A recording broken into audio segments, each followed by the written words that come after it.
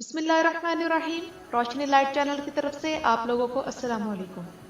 تاج الملک ابو الغنائم مرزبان بن خسرو فیروز سلجوقی حکومت کے ایک معزز شخص اور وزیر تھے۔ ان کی تاریخ پیدائش نامعلوم ہے، مگر ابن اسیر کے مطابق ان کی وفات کے وقت ان کی عمر 47 سال تھی۔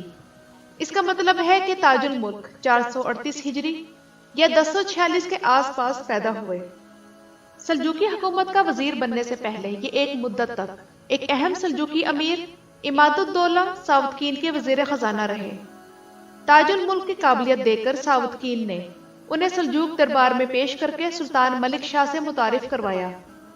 اور سلطان نے اپنے بچوں کی دیکھ بھال کی ذمہ داری تاج الملک کے سپرد کی۔ اس کے بعد تاج الملک کو وزیر خزانہ بھی بنایا گیا، اور اس کے بعد شاہی خاندان کے مقبروں کے علاوہ شاہی محلات کی ذمہ داری بھی ان کے سپرد کر دی گئی۔ اس کے ساتھ ساتھ تاج الملک کو چند سلجوقی صوبوں کی فوج کی دیکھ بھال کی ذمہ داری بھی دی گئی، اور آخر کار ان کے حصے میں دیوان طغرا کا انتظام آیا۔ یہاں سے تاج الملک نے پرپرزے نکالنے شروع کیے، اور وہ استحکام جو خواجہ نظام الملک نے بڑی محنت کے ساتھ سلطنت میں قائم کر رکھا تھا، اسے خراب کرنے پر تل گئے۔ سلطان ملک شاہ کے حضور وہ نظام الملک سے بڑی عزت و احترام کا معاملہ کرتے، مگر حقیقت میں خواجہ نظام الملک کو سلطنت میں جو عزت، وقار اور دبدبہ حاصل تھا، اس کی وجہ سے تاج الملک حسد میں مبتلا تھے، اور اسی کوشش میں تھے کہ نظام الملک کی پوزیشن سلطنت اور دربار میں کیسے کمزور کی جائے۔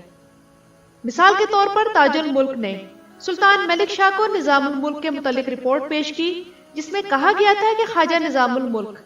سلجوقی حکومت کے قاضیوں، صوفیوں اور قاریوں پر سالانہ 3 لاکھ دینار خرچ کرتے ہیں۔ تاج الملک نے سلطان ملک شاہ کی بیگم ترکان خاتون کے ساتھ خواجہ نظام الملک کے خلاف گٹھ جوڑ قائم کر لیا، اور وہ دونوں مختلف طریقوں سے نظام الملک کو سلطان ملک شاہ کی نظروں سے گرانے کی کوشش کرتے رہے، یہاں تک کہ وہ وقت بھی آ گیا کہ سلطان ملک شاہ نظام الملک سے بدظن ہو گئے، اور انہوں نے تاج الملک کے ذریعے خواجہ نظام الملک کو یہ خط بھجوایا، جس میں خواجہ کو دھمکی دی گئی تھی کہ سلطان اب خواجہ کو ان کے عہدے سے معزول کر دے گا، کیونکہ خواجہ نے سلطنت اپنے بچوں میں تقسیم کر رکھی ہے،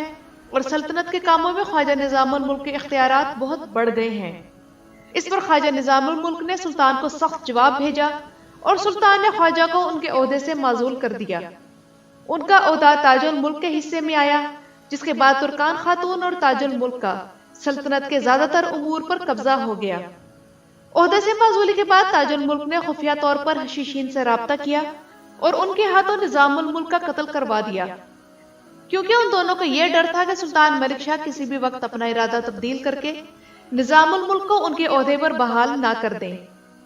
مگر نظام الملک کے صرف 1 ماہ بعد ہی سلطان ملک شاہ کا بھی پراسرار طور پر قتل ہو گیا، اور سلطان ملک شاہ کے بیٹے برقیہ روق اور ترکان خاتون میں سلطنت کا تخت حاصل کرنے کے معاملے میں جھگڑا شروع ہو گیا،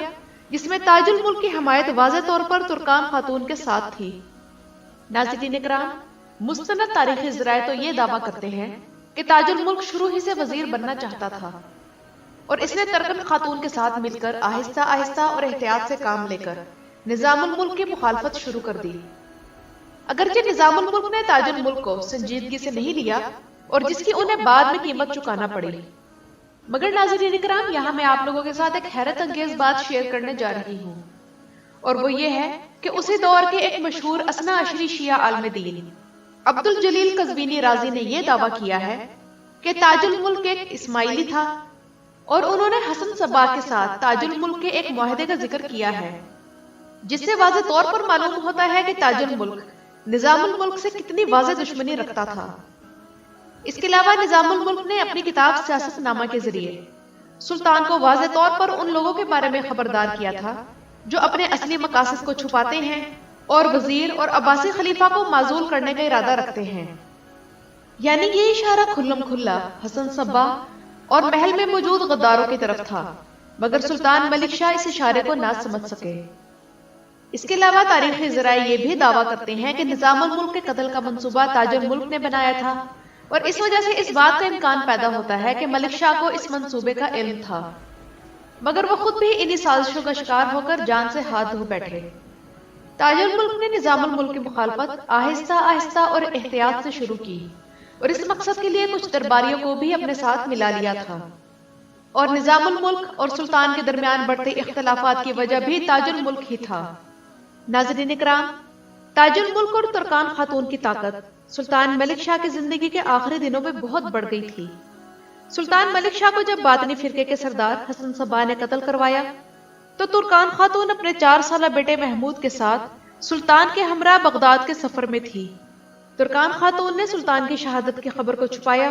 اور سلجوقی امراء اور درباریوں کی اکثریت کو اپنے حق میں کر لیا، اور اسی سلسلے میں تاج الملک نے آگے بڑھ کر ترکان خاتون کی قدم قدم پر مدد کی۔ ترکان خاتون نے عباسی خلیفہ المقتدر باللہ سے اپنے بیٹے محمود کے نام کا خطبہ پڑھنے کی اجازت طلب کی، مگر خلیفہ نے محمود کی کم عمری کی وجہ سے اعتراض کیا۔ یہاں ترکان خاتون نے المقتدر کے بیٹے جعفر کے ساتھ ایک معاہدہ کیا جو کہ ترکان خاتون کا نواسہ بھی تھا، اور جعفر نے اپنے والد کو محمود کی سلطانی کا اعلان کرنے پر منا لیا۔ اس کے بعد ترکان خاتون نے اپنا ایک امیر کربوغا برقیاروق کی گرفتاری کے لیے اصفہان بھیجا۔ برقیاروق وہاں سے فرار ہو کر رے پہنچے، جہاں انہوں نے خواجہ نظام الملک کے بیٹوں اور ساتھیوں کی مدد سے اپنی سلطانی کا اعلان کر دیا۔ ترکان خاتون فوراً اصفہان پہنچی اور اصفہان پر قبضہ کر لیا، جس کے بعد وہاں کے معاملات اپنے وزیر تاج الملک کے حوالے کر دیے اور برقیاروق کو قید کر دیا۔ مگر 487 ہجری میں خلیفہ المقتدر کی وفات کے بعد خلافت عباسیہ کے نئے خلیفہ المستظہر باللہ نے برقیاروق کی حکومت کو جائز قرار دے دیا، اور سلطان برقیاروق نے اپنی سلطانی کو جائز ثابت ہونے پر اصفہان کا محاصرہ کر لیا۔ ترکان خاتون نے سلطان ملک شاہ کی وراثت میں سے 5 لاکھ دینار برقیاروق کو محاصرہ اٹھانے کے بدلے میں دینے کی پیشکش کی، مگر برقیاروق نے محاصرہ اٹھانے سے انکار کر دیا۔ اس محاصرے کے دوران برقیاروق کی ترکان خاتون کی فوج کے ساتھ لڑائی ہوئی، اور اس لڑائی میں تاج الملک گرفتار ہوا اور نظام الملک کے حامیوں نے اسے قتل کر دیا۔ اس قتل سے پہلے تاج الملک نے خواجہ نظام الملک کے حامیوں کو، جن میں فوجی افسران بھی شامل تھے،